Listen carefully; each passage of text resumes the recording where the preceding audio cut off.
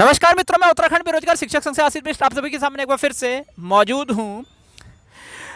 LT का result जो है वो 10 फरवरी को आया था और जैसा कि आपको पता है आयोग ने उस रिजल्ट के अंदर भी कहीं पे टाइपिंग एरर करी थी। बहुत सारी चीज़ें जो हैं वहाँ पे उन्होंने गलतियाँ करी थी, जिसको उन्होंने उसी दिन आप कह सकते हैं दोबारा से एक रिवाइज्ड रिजल्ट जारी करके ठीक कर दिया था। लेकिन उसके बावजूद कई सारे अभ्यर्थी जो है वो आयोग के बाहर खड़े होकर आयोग से रिक्वेस्ट कर रहे थे कि उनका नाम डीबी लिस्ट में उनका नाम जो है फाइनल रिजल्ट में आना चाहिए था, लेकिन किसी कारण से उनका नाम नहीं आ पाया। आपको पता होगा कि 60-70 की संख्या में बच्चे वहां पे पहुंचे थे और मांग कर रहे थे कि हमारे रिजल्ट पे कार्रवाई ठीक से की जाए। और उसी के परिप्रेक्ष्य में जिन अभ्यर्थियों की कार्रवाई ठीक से नहीं हो पाई वो हाईकोर्ट गए और ऑब्वियस सी बात है वो जब हाई कोर्ट गए उसके बाद हाई कोर्ट में हियरिंग होनी शुरू हुई और आज ये नतीजा है कि एलटी की भर्ती पर अब स्टे लग चुका है। जी हाँ, एलटी की भर्ती पर, पूरी भर्ती पर रोक लग चुकी है। और मैं आपको बता दूं, ये जो स्टे लगा है, ये जो रोक लगी है, ये क्वेश्चन डिलीट क्वेश्चनों को लेकर है।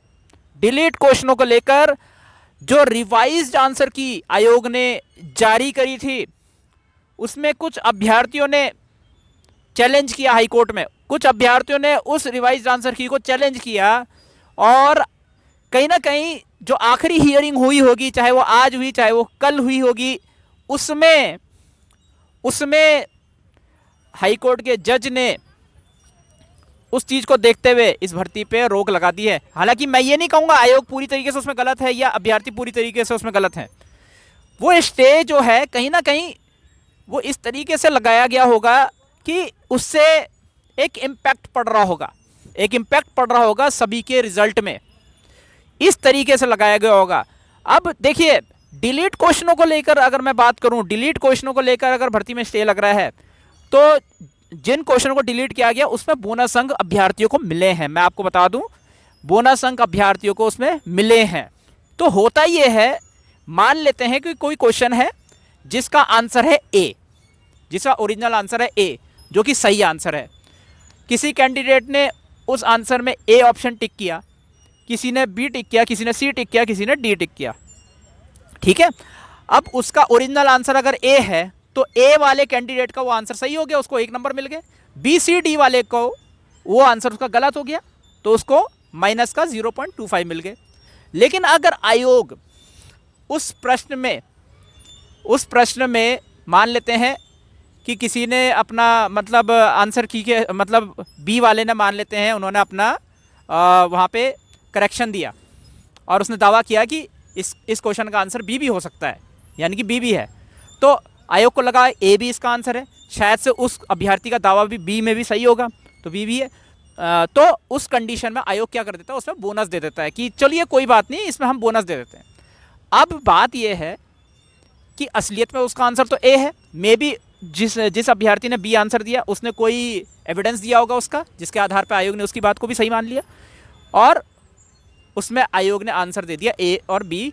और मान लेते हैं कि सी वाले ने भी अगर दिया होगा और आयोग ने अगर उसका दावा सही माना तो ए बी सी उसका तीनों का आंसर हो गया। और मान लेते हैं डी वाले का भी डी वाले ने भी एविडेंस दिया और उसका आंसर भी क्या हो गया, सही हो गया। तो उसमें क्या अगर मान लेते हैं, अब रूल तो ये कहता है कि ये जो आपका एलटी का पेपर है इसमें एक ही आंसर सही हो सकता है, लेकिन यहाँ पे तो आपके चारों आंसर सही निकल रहे हैं। तो उस कंडीशन में आयोग क्या कर देता है, अगर 2 आंसर भी निकल रहे हैं किसी क्वेश्चन के तो उसमें बोनस अंक दे देता है। तो ऐसे ही करके कि उसने क्वेश्चन को डिलीट कर दिया जिसमें मल्टीपल आंसर होते हैं, यानी कि किसी भी क्वेश्चन में अगर 2 आंसर हुए तो वो रूल को फॉलो नहीं कर रहा है, क्योंकि ये जो पेपर है एलटी का, इसमें ये आईआईटी का पेपर नहीं है जिसमें मल्टीपल आंसर सही हो सकते हैं।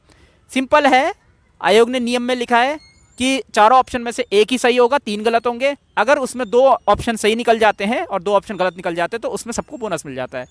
तो उस कंडीशन में आयोग क्या कर देता है, डिलीट क्वेश्चन के अंदर बोनस दे देता है।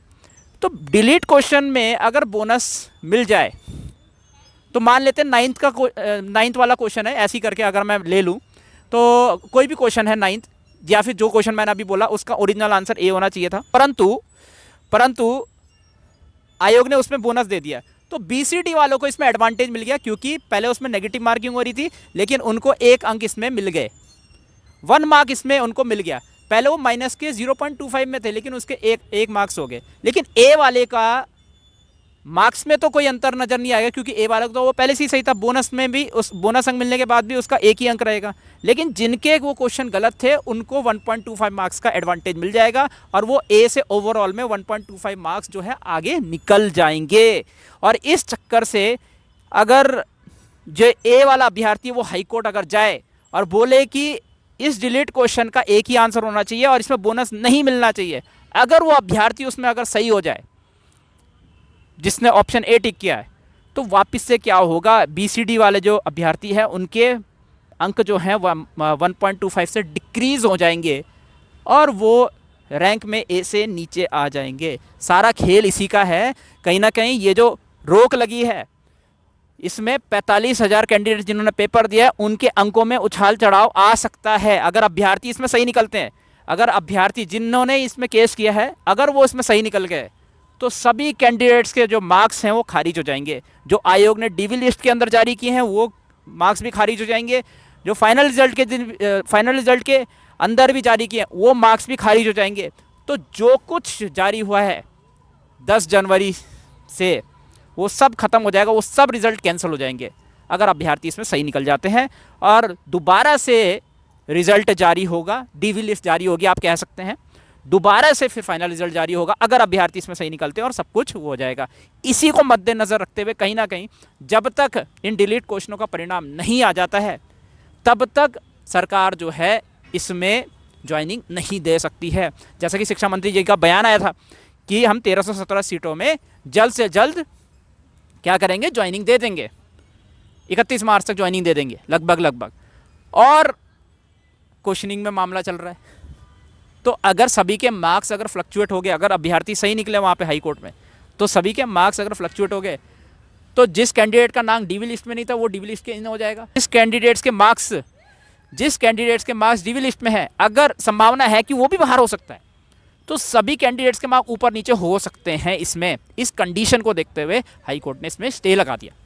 मुझे ऐसा लगता है कि यही संभावना बनी होगी और इसी आधार पे इस भर्ती पे स्टे लगाया गया होगा। और जब तक ये केस जो है ये किसी के पक्ष में नहीं आ जाता, चाहे अभ्यर्थी के पक्ष में आए चाहे आयोग के पक्ष में आए, तब तक इस भर्ती पे स्टे लगे रहेगा।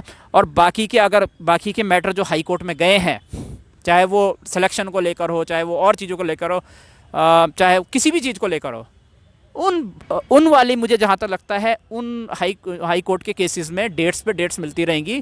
क्योंकि भाई जब मार्क्स ही कंफर्म नहीं है तो ज्वाइनिंग कैसे कंफर्म होगी उन लोगों की, जो आरक्षण के बेसिस पे, आप ये कह सकते हैं कि आरक्षण के बेसिस पे उनका चयन हो रहा था, उनका नहीं हो रहा था। भाई तुम्हारे मार्क्स ही कंफर्म नहीं है तो आरक्षण के बेसिस पे आपकी जो ज्वाइनिंग है उसमें दिक्कत आएगी। तो उसमें कुल मिला के बात यह है कि आरक्षण की बात तो दूर है, पहले तो मार्क्स तो कंफर्म हो। अगर अभ्यर्थी सही निकलेंगे तो सारी चीज़ें कैंसिल होगी, DV लिस्ट भी कैंसिल होगी, फाइनल रिजल्ट भी कैंसिल होगा, सब कुछ। और अगर आयोग सही निकलता है और अभ्यर्थी गलत निकलता है, हाई कोर्ट वाले अभ्यर्थी गलत निकलते हैं, तो एटलीस्ट मार्क्स के बेसिस पर आयोग पे कोई क्वेश्चन नहीं करेगा, क्योंकि मार्क्स के बेसिस पर आयोग वहाँ पे सही निकलेगा। बात ये, तो मार्क्स के बेसिस पर आयोग सही निकलेगा। उसके बाद बात ये होगी कि जो रिजर्वेशन है क्या उसमें डिस्ट्रीब्यूशन सही तरीके से आयोग ने किया, रिजल्ट में जो रिजर्वेशन का डिस्ट्रीब्यूशन था वो सही तरीके से हुआ है कि नहीं हुआ है, उसको लेकर फिर आगे बाकी के केसेस की हियरिंग होगी। लेकिन वो सारे मामले जो हैं अभी आगे चलते चले जाएंगे, उसमें डेट्स पे डेट्स मिलेगी। इस वाले हाई कोर्ट के केस पे नज़र रखिएगा सभी के सभी, बिकॉज इसी पर निर्भर है बाकी सारे केसेस या बाकी सारे LT का रिजल्ट। क्योंकि अगर सभी के मार्क्स जो हैं वो डिफ्रेंशिएट हो जाते हैं, अभ्यर्थी अगर सही निकलते हैं, तो जो वहाँ पे जा रखे वो अभ्यर्थी जो है उनका मे बी कल चयन हो सकता है, और बाकी सारे अभ्यर्थी जिनका चयन हुआ है वो नीचे भी आ सकते हैं। संभावना है, ये ऐसा नहीं है कि कंफर्मेशन है, नहीं, संभावना है। और अगर आयोग सही निकला तो ऑब्वियस सी बात है मार्क्स के बेसिस पर जो रिजल्ट जारी हुआ है वो उसमें आयोग सही होगा। ठीक है, हो सकता है कि वहाँ पे मैंने ये देखा है कि किसी के SC के ऊपर वाले कैंडिडेट के जिसके ज़्यादा मार्क्स थे उसको SC के अंदर SC कैटेगरी दे दी, लेकिन नीचे वाले को SC कैटेगरी के अंदर ओपन दे दिया। वो वाली चीज़ों में आयोग सही गलत हो सकता है, संभावना हो सकती है उसमें आयोग के सही गलत होने की, वो वाले मैटर जो है बाद में सॉल्व हो सकते हैं, लेकिन मार्क्स के बेसिस पर आयोग पे कोई प्रश्न नहीं उठा पाएगा अगर आयोग ने पुराने वाले रिजल्ट को सही से जारी किया होगा। अब इसमें सभी अभ्यर्थियों के अंक कब जारी होंगे, इस पर भी सवाल उठ रहा है। तो ऑब्वियस ही बात है, जब ये डिलीट क्वेश्चनों को चैलेंज किया जा चुका है ऑलरेडी, तो ऐसा तो है नहीं कि आयोग इसमें रिजल्ट अगर जारी कर भी दे तो वो रिजल्ट बिल्कुल सही होगा। तो मेरे हिसाब से अब सभी कैंडिडेट्स के मार्क्स जो हैं वो जारी नहीं हो पाएंगे। क्यों नहीं हो पाएंगे? जब तक वो डिलीट क्वेश्चन को लेकर सही आंसर की कंफर्मेशन नहीं आ जाती हाई कोर्ट में, तब तक आयोग भी ये रीज़न देगा, क्योंकि डिलीट क्वेश्चन को लेकर मामला हाई कोर्ट में अधीन है, तो सभी कैंडिडेट्स के मार्क्स जो हैं वो भी जारी नहीं हो पाएंगे। ये रीज़न आयोग आने वाले टाइम में जाहिर सी बात है देगा। लेकिन एक सवाल है कि आयोग क्या डिलीट क्वेश्चन वाले अभ्यर्थियों को क्लियरिटी नहीं दे सकता था जब वो आयोग आए थे? वो आए होंगे, आयोग ऐसा तो नहीं है कि नहीं आए होंगे, और उसमें वार्ता करता, उनके साथ आमने सामने बात चलती और उसमें उनका जो दावा है उनको ध्यान से सुनता। अगर वो ध्यान से सुनते उस दावे को, और वो बच्चे भी हो सकता है कि अपने जो उन्होंने आंसर होगा उसको लेकर किताब भी लाए होंगे, आयोग बोलता है कि आप किताब लेके आइए कि बताइए हाँ कौन से वाले में सही है, हम अपने एक्सपर्ट से भी आपकी बात कराते हैं, चलिए देखते हैं कि एक्सपर्ट के अनुसार वो जो आंसर है और आपके अनुसार जो आंसर है उन पर वार्तालाप करते हैं। और अगर उसमें वार्तालाप होती तो शायद वो मैटर वहीं पे निपट जाता और हाईकोर्ट जाने की ज़रूरत नहीं पड़ती। इतना ओपन होना ज़रूरी है। देखो ऐसा नहीं होता है कि आयोग ने सही तरीके से मैटर को सॉल्व करने का प्रयास नहीं किया। मुझे लगता है जो अभ्यर्थी हैं वो आयोग के बाहर खड़े थे, लेकिन सारे अभ्यर्थियों के डाउट्स को वो क्लियर नहीं कर पाए, और कहीं ना कहीं डिलीट क्वेश्चन वाले भी वहाँ जब पहुँचे होंगे तो वहाँ पे डिलीट क्वेश्चन वालों ने भी अपनी बातें वहाँ पे रखी होंगी कि इस क्वेश्चन का आंसर ये होना चाहिए। आयोग, हो सकता है कि आयोग अपनी ज़िद में होगा, नहीं इस क्वेश्चन का आंसर यही होगा। आप बच्चे की बात तो सुनिए, उसमें वो किताब लाया होगा तो वो दिखाएगा कि भाई इसका आंसर तो देखो ये है, इसका आंसर तो ये है। एक्सपर्ट से बात कराइए उसकी, एक्सपर्ट ने वो आंसर क्यों दिया और किस किताब के आधार पर दिया है। बच्चा भी वहाँ पे बोलता कि मैंने इस किताब के आधार पे लिखा है।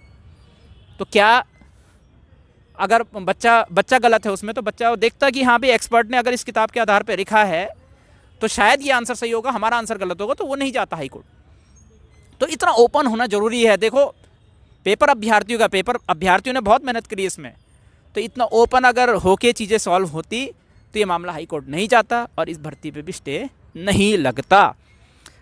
अब बाकी के केसेस का क्या होगा आई डोंट नो, कि हो सकता है कि और भी केसेस हो। एक तो केस नहीं है, शिक्षा मंत्री जी ने जो बयान दिया उसमें एक नहीं है, कई केसेस होंगे, तो 2-3 भी केसेस हो सकते हैं या जितने भी होंगे हमें नहीं पता। बट ये है कि सबसे बड़ा केस आज ये है, डिलीट क्वेश्चन को लेकर जब तक इसका परिणाम नहीं आएगा तब तक बाकी के केस में हियरिंग जो है मुझे लगता है उसमें डेट्स पे डेट्स मिलती चली जाएंगी, और इस केस के परिणाम आने के बाद ही बाकी की केस की हियरिंग जो है उसमें परिणाम उसके बाद ही आएगा, उससे पहले तो नहीं आ सकता। मेरा तो यही मानना है।